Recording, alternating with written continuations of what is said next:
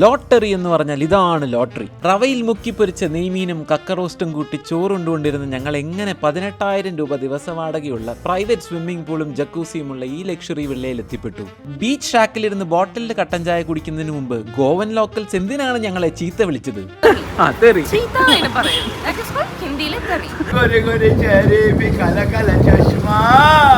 Super. ഇതാരത്? Dorothy മദാമേ. ഇതെന്താ ഇത് എവിടെ നിന്ന് കിട്ടിയ?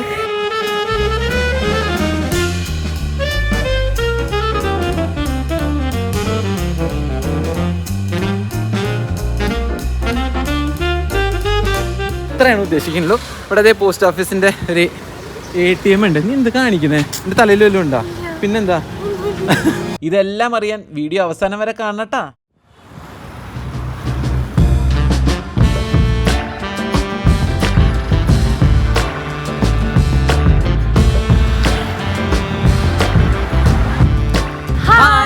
നമ്മളിപ്പോൾ ഗോവയിൽ ഫോണ്ടനാസ് എന്ന് പറഞ്ഞിട്ടുള്ള ഒരു പോർച്ചുഗീസ് എറ ഒരു ഹെറിറ്റേജ് ഏരിയയിലാണ് കേട്ടോ. അപ്പോൾ ഗോവയിൽ വന്നു കഴിഞ്ഞാൽ വിസിറ്റ് ചെയ്യാൻ പറ്റുന്ന ഒരു ഹാഫ് എ ഡേ ഒക്കെ ഈസിലി സ്പെൻഡ് ചെയ്യാൻ പറ്റുന്ന ഒരു സ്ഥലമാണ് ഫോണ്ടനാസ്. അപ്പോൾ ഞങ്ങൾ ഇന്ന് ഇവിടെ ഒരു ഹെറിറ്റേജ് വാക്ക് എന്നുള്ള രീതിയിൽ വന്നേക്കാണ്. അപ്പോൾ ഇവിടെ ഈ ഫോണ്ടനാസ് എന്ന് പറയുന്നതിൻ്റെ അർത്ഥം ഫൗണ്ടൻ ഓഫ് ഫീനിക്സ് എന്നുള്ളതാണ്. അപ്പോൾ പോർച്ചുഗീസിൻ്റെ ടൈമിൽ ഇവിടെ ഒരു വലിയ വാട്ടർ റിസർവയർ ഉണ്ടായിരുന്നു, അതിൻ്റെ പേരായിരുന്നു ഫോണ്ടനാസ്. അപ്പോൾ അടുത്ത് മാണ്ടോവി റിവറുണ്ട്. മാണ്ടോവി റിവറിന് വെള്ളം അണ്ടർഗ്രൗണ്ട് കനാൽസ് കൂടെയൊക്കെ ഇതിലേക്ക് കൊണ്ടുവന്ന് പണ്ടത്തെ കാലത്ത് യൂസ് ചെയ്തിരുന്നതാണ്. ഇപ്പോൾ ഇവിടെ ഈ ഭാഗത്ത് കുറേ ഹെറിറ്റേജ് ബിൽഡിങ്സും കാര്യങ്ങളൊക്കെയാണ്. പിന്നെ എന്തൊക്കെയാണ്? ബേക്കറിയോ? കുറേ ഗോവൻ പോർച്ചുഗീസ് ബേക്കറീസ് ഉണ്ട്, ലോക്കൽ ബാർസ് ഉണ്ട്, അങ്ങനെ കുറേ സംഭവങ്ങളുണ്ട് കേട്ടോ. ഒരു കളക്റ്റീവായിട്ടുള്ള ഒരു പോർച്ചുഗീസ് കൾച്ചറിൻ്റെ ഒരു കളക്റ്റീവായിട്ടുള്ള ഒരു ഏരിയ എന്ന് പറയാം. ഇതൊരു ഗോവയിൽ വന്നു കഴിഞ്ഞാൽ മസ്റ്റ് വിസിറ്റ് പ്ലേസ് ആയതുകൊണ്ട് തന്നെ അത്യാവശ്യം നല്ലോണം തിരക്കുണ്ട്. ഞങ്ങൾ വണ്ടിയൊക്കെ അവിടെ ഒരു സ്ഥലത്ത് പാർക്ക് ചെയ്ത് ഞങ്ങൾ ഇങ്ങോട്ട് നടന്നതാണ്. അമ്മമാരൊക്കെ അങ്ങോട്ട് പോയിട്ടുണ്ട്. ഞങ്ങൾ വീഡിയോ എടുക്കാൻ വേണ്ടി വിചാരിച്ചു. അവരെ പെട്ടെന്ന് പോയി പിടിക്കണം, അവർ വേഗം നടക്കുന്നു. എന്തായാലും നമുക്ക് വീഡിയോയിലേക്ക് കിടക്കാം. ഞാൻ ഹരി, ഞാൻ Lakshmi. Welcome to tin tin stories.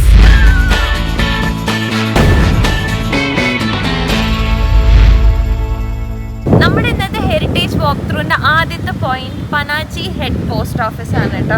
ഒരു ഓൾഡ് പോർച്ചുഗീസ് സ്റ്റൈലിലുള്ള ഒരു പോസ്റ്റ് ഓഫീസാണ്. അവരുടേതായിട്ടുള്ള റെഡും വൈറ്റ് പെയിന്റ് കോമ്പിനേഷൻസ് ഒക്കെ അല്ലേ.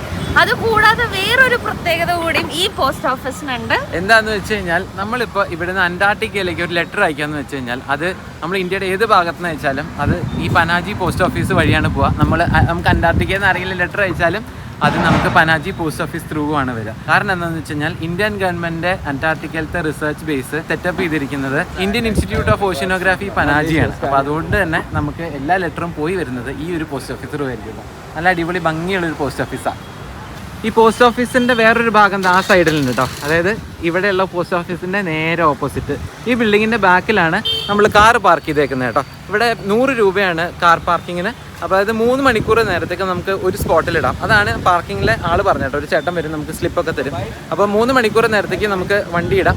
അത് കഴിഞ്ഞാൽ നമ്മൾ അവിടുന്ന് വണ്ടി എടുക്കണത്ര. അതായത് ഒരു പോയിന്റിൽ കുറേ നേരം വണ്ടി പാർക്ക് ചെയ്തിരിക്കാനുള്ള എന്തോ അവരുടെ ഒരു ഐഡിയ ആണ്. അപ്പോൾ മൂവ് ചെയ്തുകൊണ്ടിരിക്കണം അത്ര. അത് കഴിഞ്ഞ് നമ്മൾ അവിടുന്ന് എടുത്തുകൊണ്ട് പോയി കഴിഞ്ഞാൽ 8 മണിക്കൂർ വരെ നമുക്ക് ഈ പനാജിയുടെ ഉള്ളിൽ എവിടെ വേണമെങ്കിൽ വണ്ടി പാർക്ക് ചെയ്യാം. പിന്നെ അവിടുന്ന് 2 മണിക്കൂർ ഇടാം. അങ്ങനെയൊക്കെ എന്തൊക്കെയാണ് റൂൾസ് കേട്ടോ. അപ്പോൾ ഒരു പോയിന്റിൽ കുറേ നേരം ഇടാൻ പറ്റില്ല. അത്രയാണ് ഉദ്ദേശിക്കുന്നുള്ളൂ. ഇവിടെ അതേ പോസ്റ്റ് ഓഫീസിൻ്റെ ഒരു ATM ഉണ്ട്. നീ എന്ത് കാണിക്കുന്നേ? എൻ്റെ തലയിൽ വല്ലതും ഉണ്ടോ? പിന്നെന്താ? പോസ്റ്റ് ഓഫീസിൻ്റെ ഒരു ATM ഉണ്ട്. നമ്മുടെ അമ്മമാർ ഈ വഴിയാണ് നടന്നേക്കണേ കേട്ടോ. ഈ ഭാഗത്ത് കുറേ പഴയ ബിൽഡിങ്സ് ഒക്കെ ഉണ്ട്. ഇവിടെ ഒരു ചേർച്ച് ഉണ്ട് കേട്ടോ. ഇതൊരു ചേർച്ചാണ്.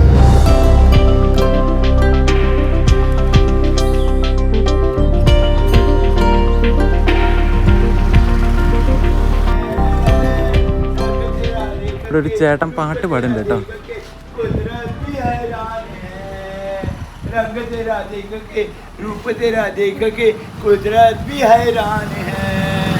तबा खुदा खैर करे खूब करिश्मा गोरे गोरे चेहरे पे काला काला चश्मा गोरे गोरे चेहरे पे काला काला चश्मा. സൂപ്പർ.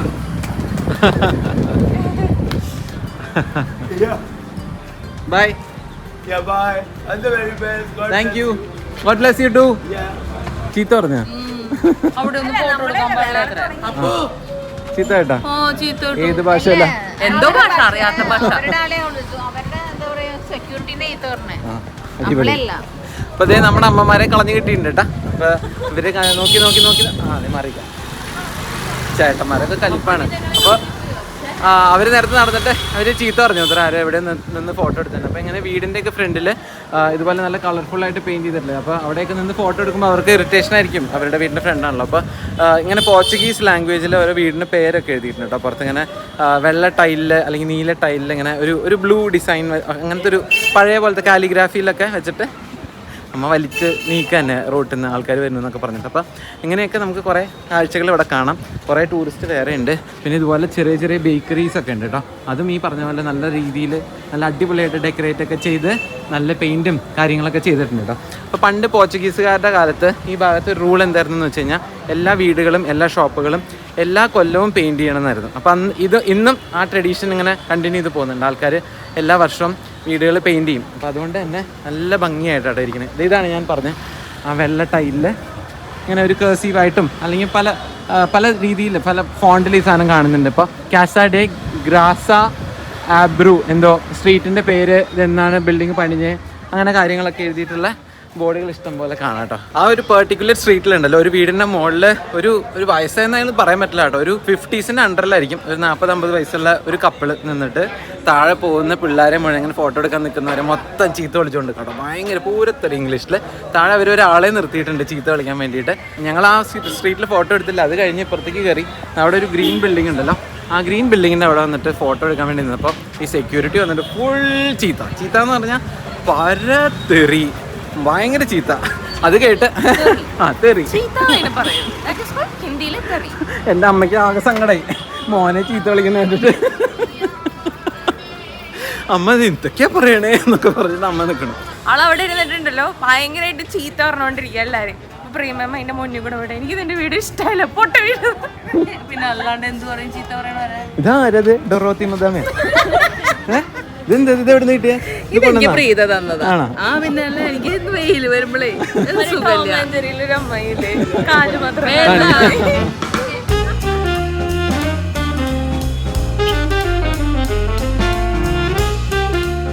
വാങ്ങി പൈനാപ്പിളും വാങ്ങി. എനിക്ക് മാങ്ങ കേട്ടോ ഇഷ്ടമായി. പൈനാപ്പിൾ ഇഷ്ടമായി. എനിക്ക് പൈനാപ്പിൾ ഇഷ്ടമായി. അമ്മയ്ക്കോ എന്ത് പേരയ്ക്ക പൈനാപ്പിള്?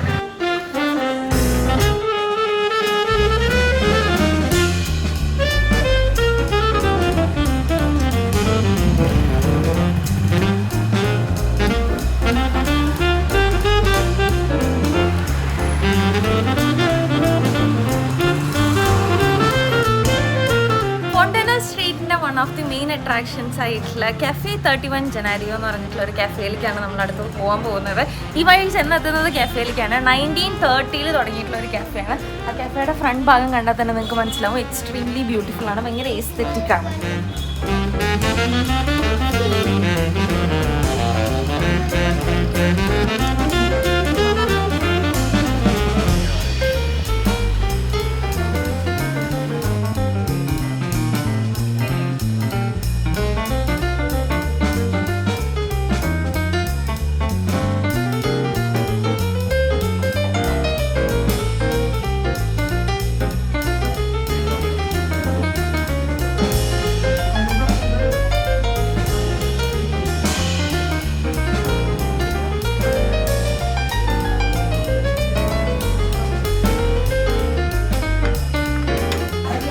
നമ്മൾ കുറച്ചധികം സാധനങ്ങൾ ഓർഡർ ചെയ്തിട്ടുണ്ട് കേട്ടോ. ഇവിടെ ചുറ്റും ഭയങ്കര ബഹളമാണ്, കാരണം ഭയങ്കര ക്രൗഡഡ് ആണ്. നമ്മൾ ഓർഡർ ചെയ്തത് ബ്ലൂബെറി ചീസ് കേക്ക് ഓർഡർ ചെയ്തിട്ടുണ്ടായിരുന്നു, ഓറഞ്ച് കേക്ക് ഓർഡർ ചെയ്തിട്ടുണ്ട്, ബെബിൻക ഓർഡർ ചെയ്തിട്ടുണ്ട്. ബെബിൻക ആക്ച്വലി ഒരു വെരി ഒത്തന്റിക് ഗോവൻ ഡെസേർട്ട് ആണ്. പിന്നെ ഒരു ചിക്കൻ സ്ലൈഡ്, പിന്നെ ഒരു ചിക്കൻ പൈ. ഇത്രയാണ് ഞങ്ങൾ ഓർഡർ ചെയ്തിരിക്കുന്നത്. പിന്നെ കുടിക്കാൻ വേറെ ഞങ്ങൾ ഓർഡർ ചെയ്തിട്ടുണ്ട്. ബെബിൻക്കാണ് കേട്ടോ ഇപ്പോൾ കഴിച്ചത്. ഞാൻ ഇന്നുവരെ കഴിക്കാത്തൊരു ടേസ്റ്റ്. എന്നാൽ എവിടെയൊക്കെയോ എന്തൊക്കെയോ ടച്ച് ചെയ്യുന്നുണ്ട്, പക്ഷെ എന്താണെന്ന് പറയാൻ പറ്റില്ല. ഒരു പ്രത്യേക ഒരു ടെക്സ്ചർ കേട്ടോ, ഒരു ബേക്കറിയിലും ഇതുവരെ കിട്ടാത്ത, ഇതുവരെ കഴിക്കാത്ത പോലത്തെ ഒരു സാധനം.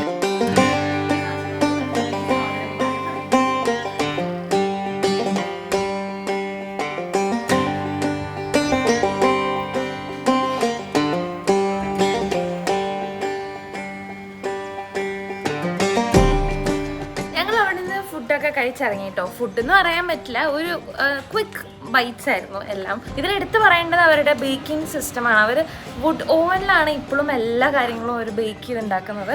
അതുകൊണ്ട് തന്നെ അതിനൊരു പ്രത്യേക ഒരു ടേസ്റ്റ് ഉണ്ട്. ഫുഡുകളെല്ലാം ഒരു രക്ഷയില്ല, അതായത് ഈ പേസ്ട്രി ഐറ്റംസ് ഒക്കെ രക്ഷയില്ലാതെ ടേസ്റ്റ് ആയിരുന്നു, അടിപൊളിയായിരുന്നു. ഡ്രിങ്ക്സ് വലിയൊരു എന്ന് പറയാനൊന്നുമില്ല, ഓക്കെ അത്രയേ ഉള്ളൂ. പ്രൈസ് വൈസ് നോക്കുകയാണെന്നുണ്ടെങ്കിൽ ഓൺലൈൻ ലിറ്റിൽ പ്രൈസിയർ സൈഡാണ്. ബട്ട് ദെൻ അത് ഇത്രയും ഓൾഡ് ആയിട്ടുള്ള ഒരു സംഭവമാണ്. ഭയങ്കര ഒതൻറ്റിക് ഫുഡ് സെർവ് ചെയ്യുമ്പോൾ അത് ഭയങ്കര സബ്ജക്റ്റീവാണ്. പക്ഷെ ഞങ്ങൾക്ക് ഇഷ്ടമായി. ഫുഡ് അടിച്ച് എല്ലാവരും കിക്കായിട്ടിരിക്കുകയാണ് കേട്ടോ. അപ്പോൾ ഇനി അടുത്തതായിട്ട് നമ്മളിവിടെ അടുത്തൊരു ഇമാക്കുലേറ്റ് കോൺസെപ്ഷൻ ചർച്ച് എന്ന് പറഞ്ഞിട്ട് ചർച്ച് ഉണ്ട്. ഭയങ്കര വലിയ ചർച്ചാണ്. പഞ്ചിമിലെ തന്നെ one of the oldest and വലിയ ചർച്ചുകളിൽ ഒന്നായിട്ടുള്ള ചർച്ചാണ്. അപ്പോൾ അങ്ങോട്ട് നടക്കണം. ഇവിടുന്ന് കുറച്ചേ ഉള്ളൂ, 100-200 മീറ്ററാണ് കാണിക്കണേ. അതും നമ്മൾ ആ വഴിയിൽ നിന്നാണ് വന്നത്. അങ്ങനെ വന്ന് ഈ കഫേയിലേക്ക് പോയി, പിന്നെ അവിടെ നിന്ന് അങ്ങനെ ഇനിയിപ്പോൾ നേരെ ഈ ഭാഗത്ത് കൂടെ അങ്ങനെ നടന്നു കഴിഞ്ഞാൽ ഒരു 200 മീറ്ററിലെ ചർച്ച് ഉണ്ട്. ഈ ഭാഗത്ത് കണ്ടോ ബിൽഡിംഗ് ഒക്കെ ഇങ്ങനെ ഈ ഒരു കളർ പെയിൻറ്റും അങ്ങനെ ബ്രൈറ്റ് കളേഴ്സാണ്, നല്ല ഭംഗിയാണ് കാണാൻ.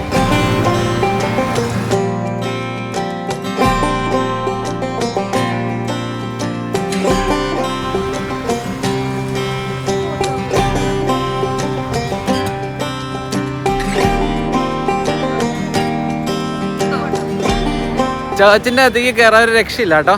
എന്തോ കൺസ്ട്രക്ഷൻ നടക്കാൻ തോന്നുന്നു. അപ്പോൾ അധികം കയറ്റി വിടുന്നില്ല. അവിടെ നോ എൻട്രി ചെയ്തിട്ടുണ്ട്.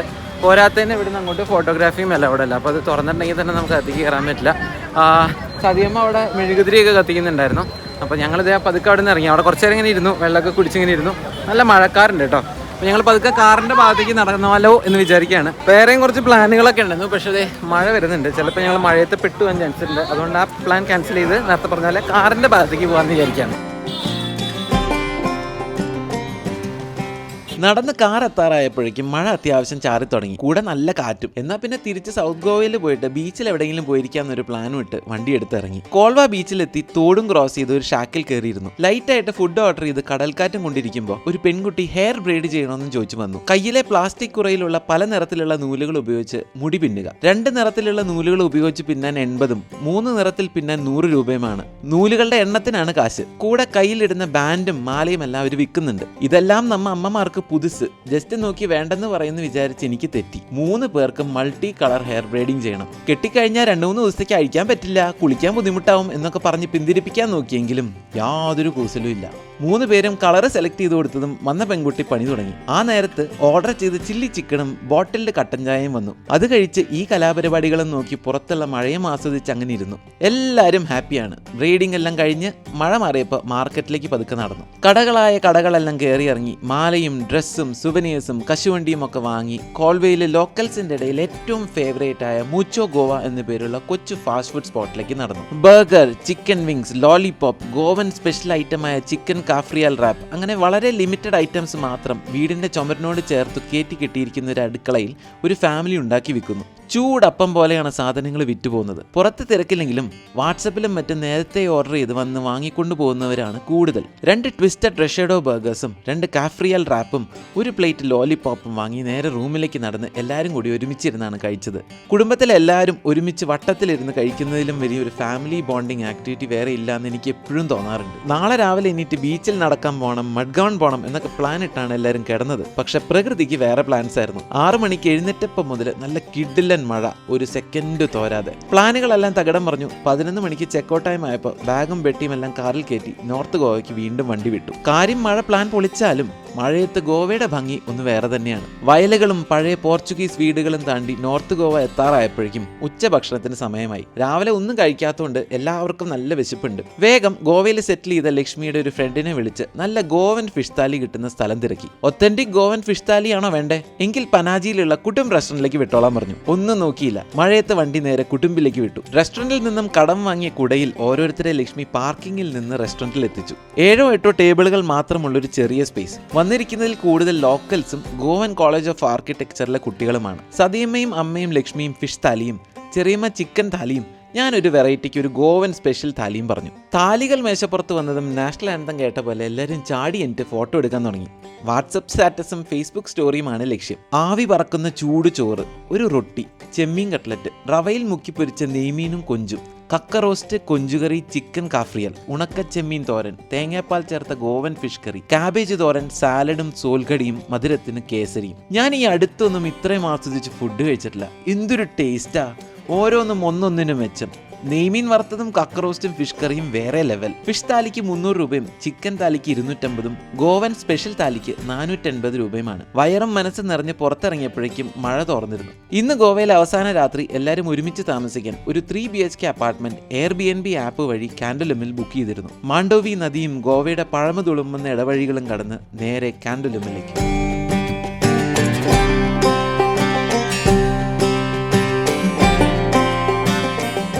ഫുഡൊക്കെ കഴിച്ച് ഞങ്ങൾ നേരെ ബുക്ക് ചെയ്ത Airbnb-യിൽ ചെന്ന് ചെക്ക് ഇൻ ചെയ്യാൻ ചെന്നപ്പോൾ ഉണ്ടല്ലോ, അവിടെ എൻട്രൻസ് ഡോറ് തുറന്ന ഉടനെ മുകളിൽ നിന്ന് ഇങ്ങനെ വെള്ളം വീണുകൊണ്ടിരിക്കുകയാണ് കേട്ടോ.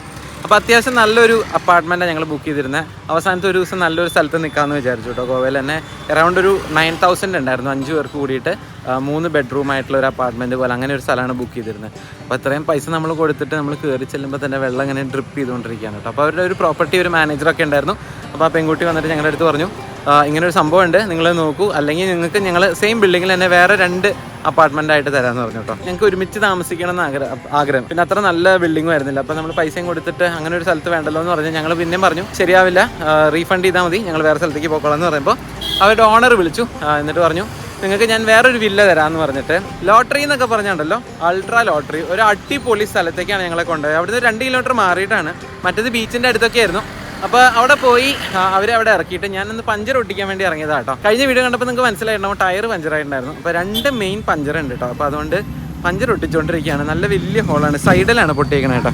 അവർ ഇവിടെ ഒരെണ്ണം ഒട്ടിച്ച് കഴിഞ്ഞിട്ടും ശരിയായിട്ടില്ല. ഇതിൻ്റെ ഇടയിൽ കൂടി കാറ്റ് പോയിക്കൊണ്ടിരിക്കുന്നുണ്ട്. അപ്പോൾ ഈ പഞ്ചറൊട്ടിക്കലൊക്കെ കഴിഞ്ഞിട്ട് നേരെ റൂമിൽ പോയിട്ട് എൻ്റെ അടുത്ത് ചായ വയ്ക്കണം എന്ന് പറഞ്ഞിട്ട് പാല് മേടിച്ചുകൊണ്ടിരാൻ പറഞ്ഞിട്ടുണ്ട്. നിങ്ങൾക്ക് ഞാൻ ചെന്നിട്ട് നമ്മുടെ അമ്മമാരുടെയും ലക്ഷ്മിയുടെയും എക്സ്പ്രഷൻസും അവരുടെ എക്സൈറ്റ്മെൻറ്റും കാണിച്ചു തരാം കേട്ടോ. അത്രയും അടിപൊളി സ്ഥലമാണ്. അപ്പോൾ നമുക്ക് ആദ്യം പഞ്ചറൊട്ടിക്കാം, നേരെ വീട്ടിലേക്ക് പോകാം.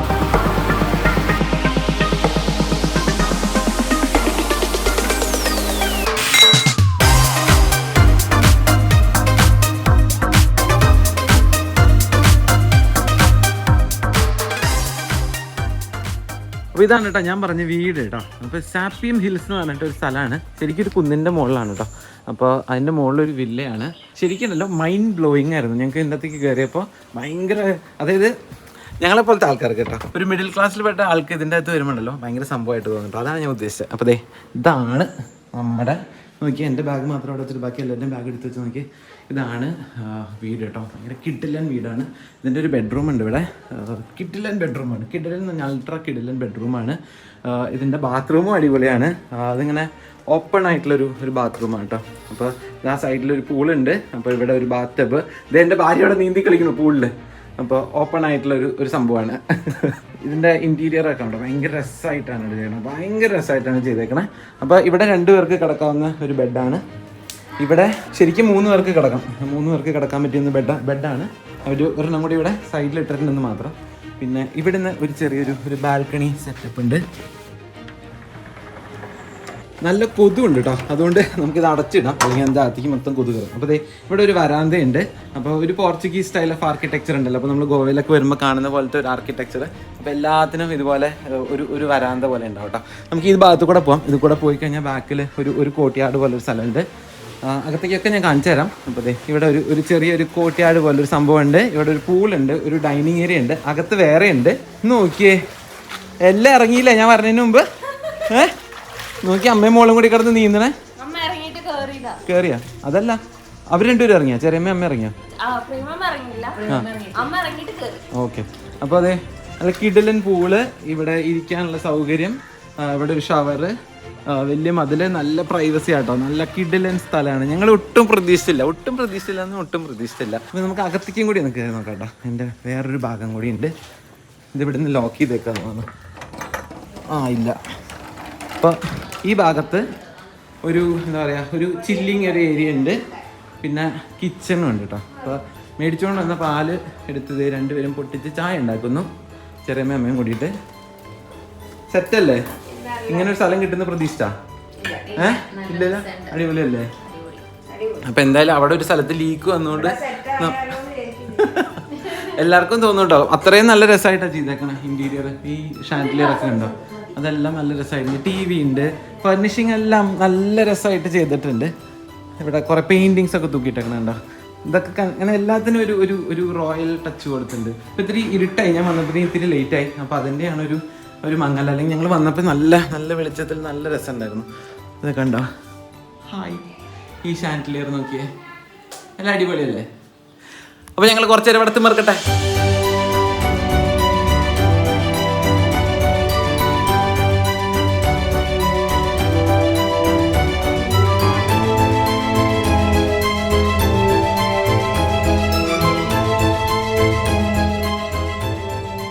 ഞാൻ വരുന്നതിന് മുമ്പ് പൂളി ചാടിയവർക്കുണ്ടല്ലോ രണ്ടാമത് പൂളി ചാടാൻ ഭയങ്കര ബുദ്ധിമുട്ട്. അമ്മയൊക്കെ ദേ ഡ്രസ്സൊക്കെ മാറി ഇങ്ങനെ ഇരിക്കുക കേട്ടാ.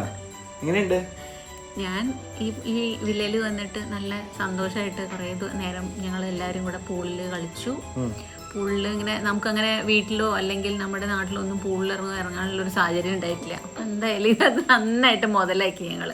അത് ഞങ്ങൾ അമ്മമാരെല്ലാവരും പിന്നെ ലക്ഷ്മിയും കൂടെ. ഹരി പുറത്ത് പോയിക്കായിരുന്നു, ആ ടയർ പഞ്ചറായത് പറഞ്ഞിട്ടുണ്ടായിരുന്നില്ലേ അവൻ. അപ്പോൾ അതൊക്കെ റെഡിയാക്കാനായിട്ട് ഞങ്ങളിവിടെ അടിച്ചു പൊളിച്ചിരുന്നു. ഇനി കാപ്പിയൊക്കെ ഉണ്ടാക്കി ഇവിടെ വന്നിട്ട് പണിയെടുക്കണ്ടെന്നൊക്കെ ആദ്യം വിചാരിച്ചതാ. എന്നാലും സാറില്ല, ഒരു കാപ്പിയും പിന്നെ ചെറിയ ചെറിയ കാര്യങ്ങളൊക്കെ ഉണ്ടാക്കാന്ന് വിചാരിച്ചു. അതെ, മുറുക്കും കാപ്പി, ബ്രെഡില്ല, ബിസ്ക്കറ്റ് അതൊക്കെ കഴിച്ചു. പിന്നെ ഇനി ഒരു ചെറിയതായിട്ട് മുട്ടയും നഗറ്റ്സ് അതൊക്കെ മേടിച്ചു വെച്ചിട്ടുണ്ട്. അപ്പോൾ ചിലപ്പോൾ ഓർഡർ ചെയ്യും ഡിന്നർ, അല്ലെങ്കിൽ അതൊക്കെ കഴിച്ച് ഞങ്ങൾ അവസാനിപ്പിക്കും. അപ്പൊ അത് ഞങ്ങൾ പറഞ്ഞുകൊണ്ടിരിക്കുന്ന നേരത്തെ സൈഡില് മഴ പെയ്യുന്നുണ്ട് കേട്ടോ. മഴ രണ്ടാമത് പിന്നെയും പെയ്തു തുടങ്ങി. ഒന്ന് നിർത്തിയതാ. എങ്ങനെയുണ്ട് ചെറിയമ്മ? അടിപൊളിയല്ലേ? സദ്യമ്മ സെറ്റാണ്. സദ്യ സന്തോഷത്തിൽ ആർമാദിച്ചിരിക്കുകയാണ്. അപ്പൊ നമുക്ക് ചാടിയാലോ? അപ്പൊ ഞങ്ങൾ ഇതെന്താ ശർക്കര വരട്ടി ബാക്കിയുണ്ടല്ലേ? അപ്പൊ ഞങ്ങളിത് എന്തായാലും മഴയത്ത് പൂളിലേക്ക് രണ്ടാമത് ചാടാന്ന് വിചാരിക്കുകയാണ്. അപ്പൊ ഇന്നത്തെ ഈ വീഡിയോ എല്ലാവർക്കും ഇഷ്ടപ്പെട്ടു എന്ന് വിചാരിക്കുന്നു. ഇഷ്ടപ്പെട്ട ചാനൽ സബ്സ്ക്രൈബ് ചെയ്യാൻ മറക്കണ്ട. ഇങ്ങനെ ഫ്രണ്ട്സിനും ഫാമിലിക്കൊക്കെ ആയിട്ട് ഷെയർ ചെയ്യണം. അപ്പൊ ഈ വീടിന്റെ കൂടുതൽ കാഴ്ചകൾ നമുക്ക് രാവിലെ കാണാം കേട്ടോ. അടുത്ത വീഡിയോയിൽ കാണാം തുടക്കത്തിലായിട്ട്. കാരണം ഇപ്പൊ എടുത്ത് കഴിഞ്ഞാൽ കുറച്ചും കൂടി അറിയാം. അപ്പൊ എന്തായാലും അടുത്ത വീഡിയോയിൽ കാണുന്നവരെ എല്ലാവർക്കും ബൈ ബൈ.